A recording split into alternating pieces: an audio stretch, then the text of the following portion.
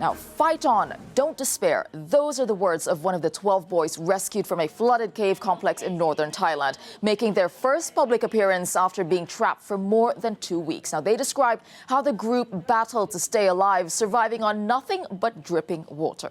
And now, after leaving hospital, they have spent their first night at home. Janice McIfreyer is in Thailand with the story.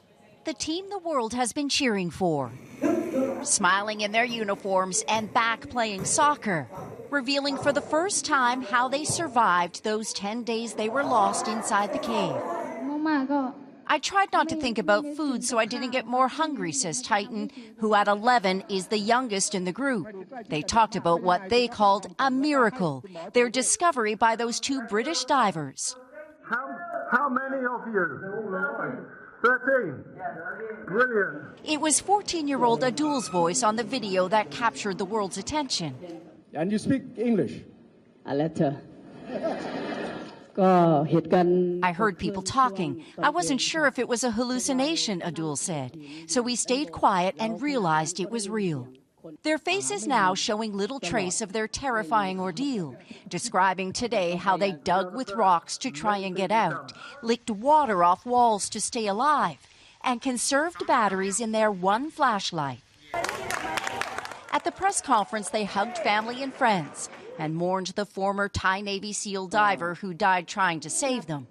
I still want to be a professional soccer player, says 13-year-old Dom, but I want to be a Navy SEAL as well.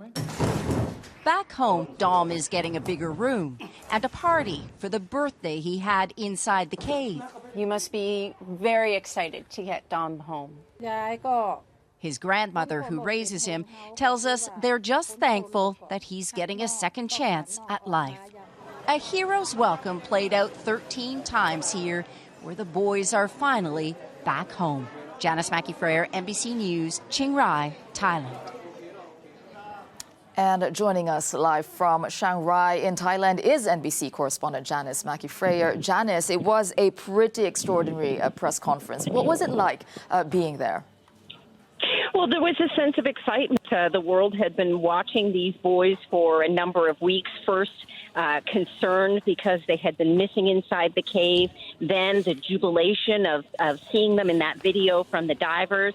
And then, of course, during that extraordinary mission to get them out.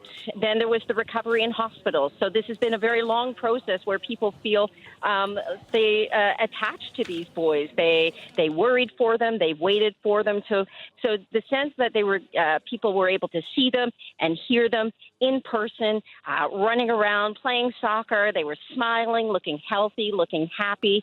It really did seem to be the punctuation that people were looking for on this remarkable story.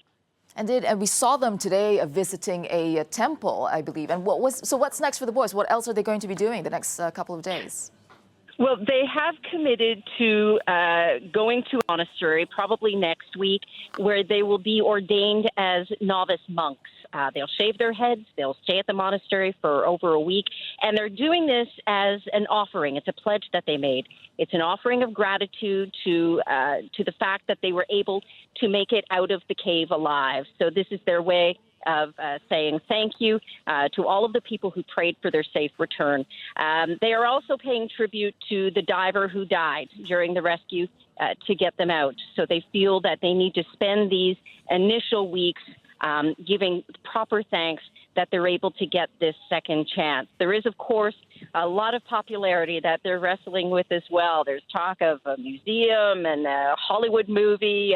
So they really are a lot of people trying to keep these boys on track, because they also have the very small issue of school to return to and a lot of homework ahead of midterm exams.